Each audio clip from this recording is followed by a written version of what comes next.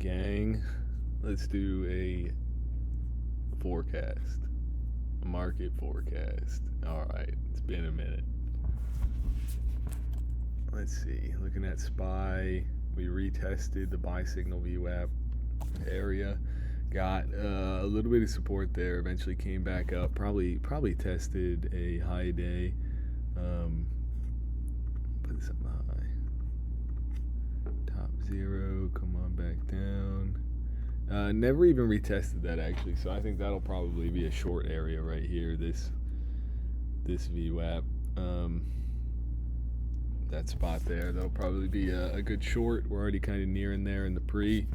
If I go ahead and copy paste that WAP, yeah, we already kind of tested that and rolled off it. So I mean, maybe actually we'll come a bit above that. I mean, maybe no, that's the same volume. There's so little volume on this dump. Something like that. There might come all the way to the to this high. That's a potential.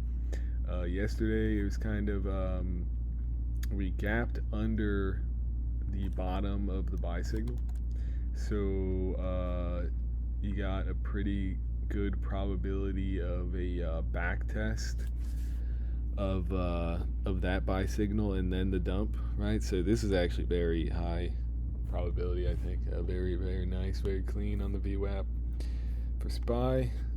Let's look at the gaps real quick. Got some little gaps upside and downside. Oh, those gaps were just left. All right, let's go to the daily, the Qs. So now this daily, I think, is kind of not very much in effect. I can get rid of that one for sure. So I'm going to turn this one small, make that a small one, bring it back a little bit, center it up. So that's off this candle. And now what we're going to do for the next fib is this candle. Yeah, that high-low right there. Let's make that one thicker. Make it extra thick. Extra thick.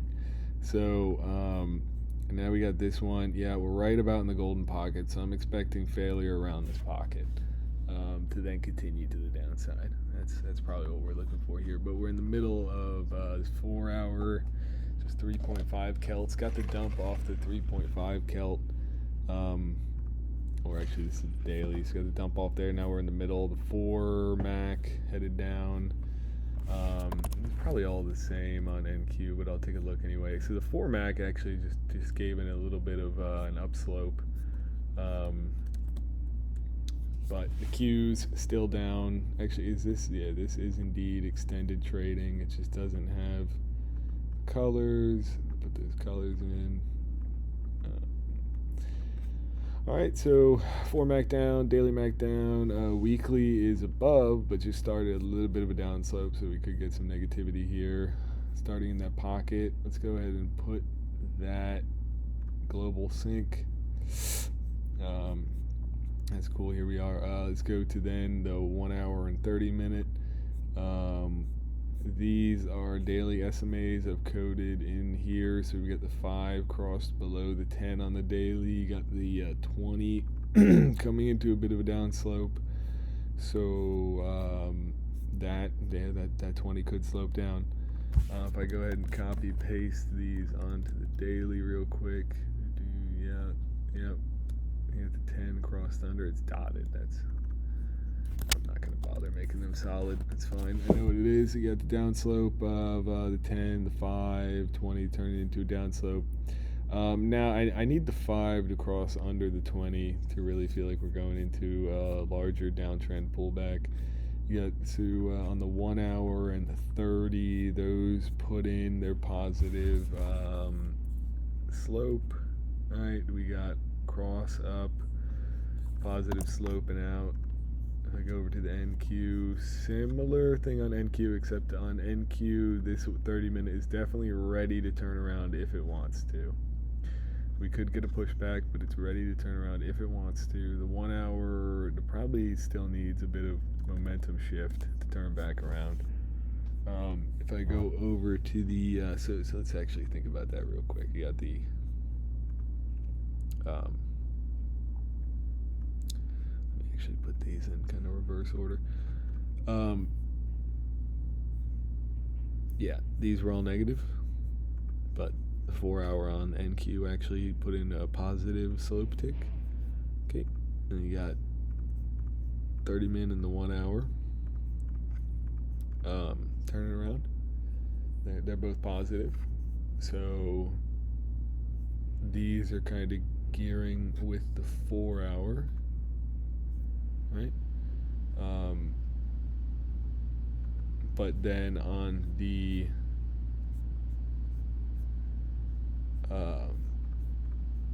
15.52, we've got, well, this actually, the 15 just turned positive. But I'm not really looking, I'll put my anchors on the other screen. The 15 just turned positive, but I'm really not looking for much past this golden pocket. Well, the 15's been positive actually, but then it started sloping down and then turned back up. The 5, big upslope. I expect it to kind of lower high. I don't think it'll beat this wave. Could beat that wave. NQ. It's definitely not beating this wave. I'll say that. Probably not going to beat that wave on NQ. What is that wave equivalent? It doesn't even. Well, I can look at my NQ chart for that. But it's 15. Probably not going to beat that. Got a huge downslope. It makes sense if we recover a bit, maybe like chop around here. Maybe since yesterday was so down and stayed down, we might get a bit of a burn. 2, looking very positive, of course. Bit of a triple positive wave. If I go over to my 15 and 2, here's where I'm actually setting out to plan this trades for today. I'm looking for potential failure around these WAP area. If they come all the way to the upper band, that is a potential. That'll definitely be a bit of a short. Go ahead and drop that upper band here. Yeah, these bands here. Been using the Stoke on the 30. So the Stoke on the 30 is positive. So regardless of everything I'm saying here, I'm only taking longs because we got the Stoke and the 15, the Stoke 30 and the 15 MAC are positive.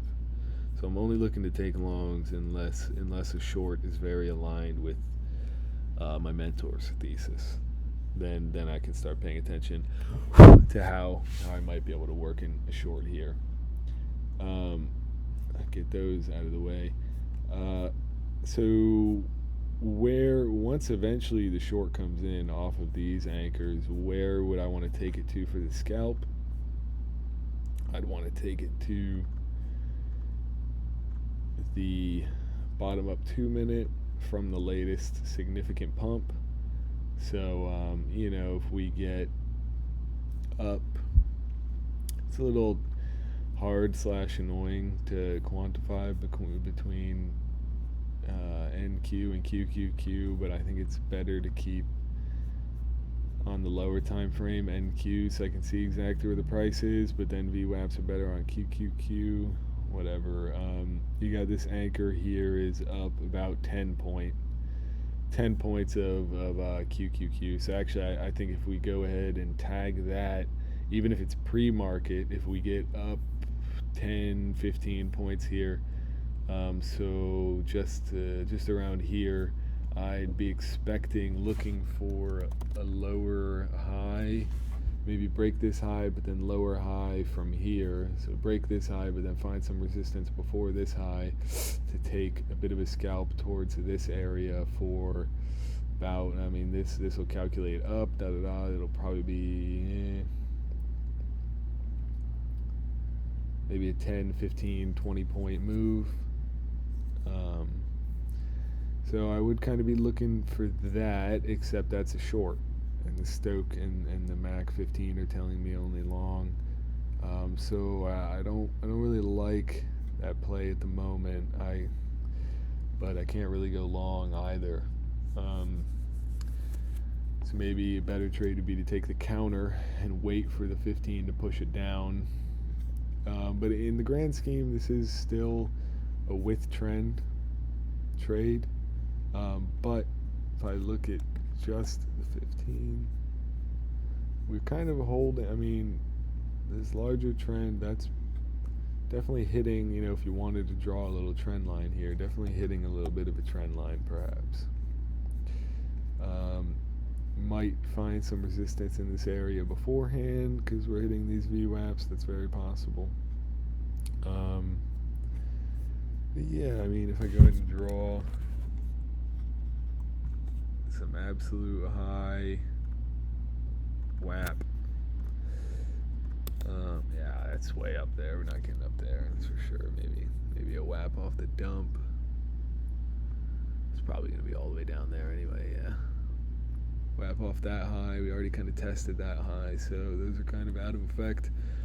And more importantly for the short, if we do go short today, I mean, where is the goal? I think if we think about where the points were in this uptrend, I mean, this was definitely a very strong buy. Go ahead and throw a bottom on that. Pull that to the correct bottom. Yeah, and that would line up with just under my 1 on the fib. So that would make some sense. If I bring a WAP closer, maybe to this one, this move that actually broke out this high and started closing above it, well, that's what brought us to yesterday. Already kind of handled that one. So I think maybe these. Oh, this one's kind of nice. Actually, never got retested. Oh, got retested yesterday at the bottom. Okay, well, that's right around the 1. That kind of makes sense. No, I mean, you can place VWAPs everywhere. They'll eventually find support.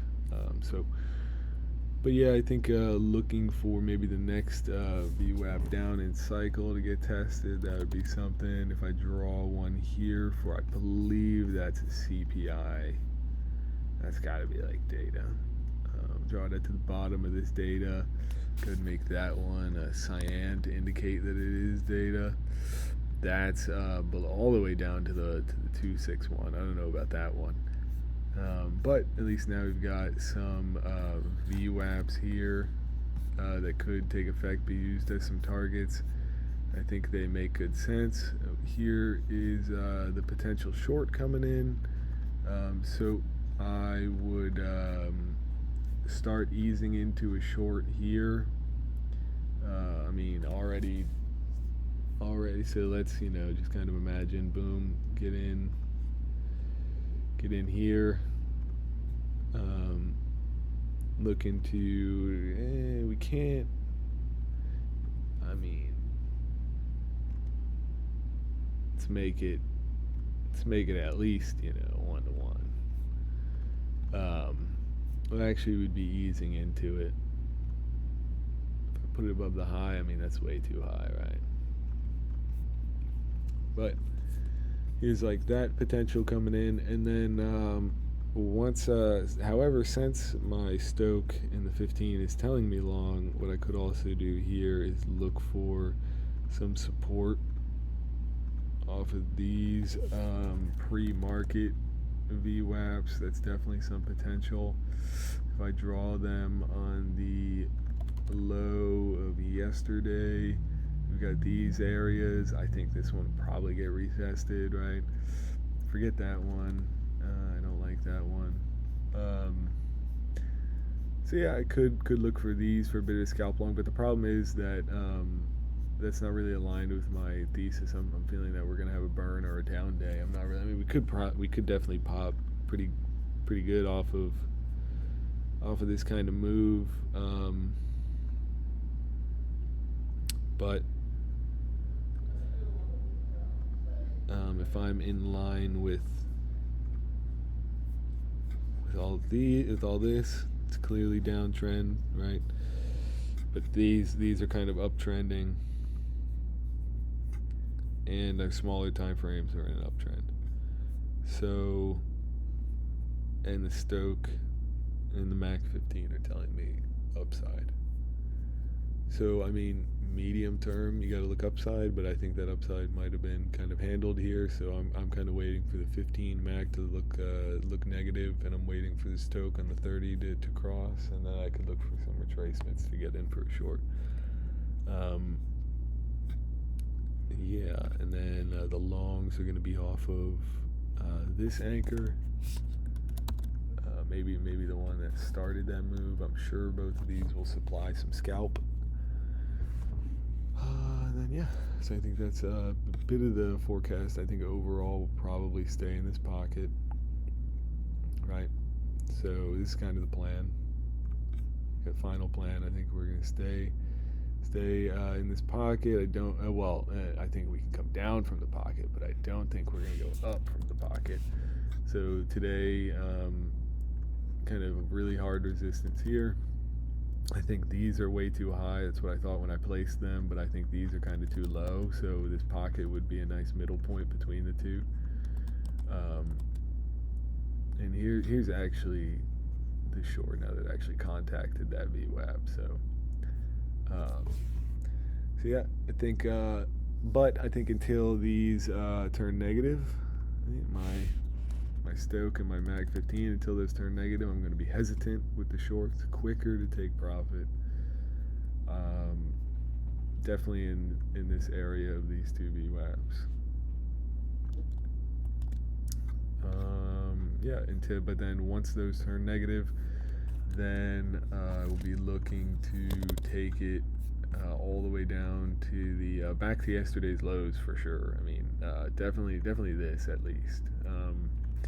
Potential this VWAP, and then the 161, potential 2618 and all that.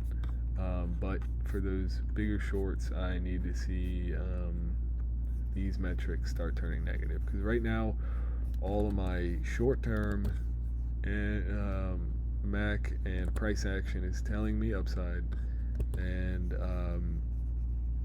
these are telling me upside as well. So in the short term, what I'm definitely seeing is upside, but I think that will slowly get grinded away and turn into negative as soon as I see some confluence with my Stoke and Mac.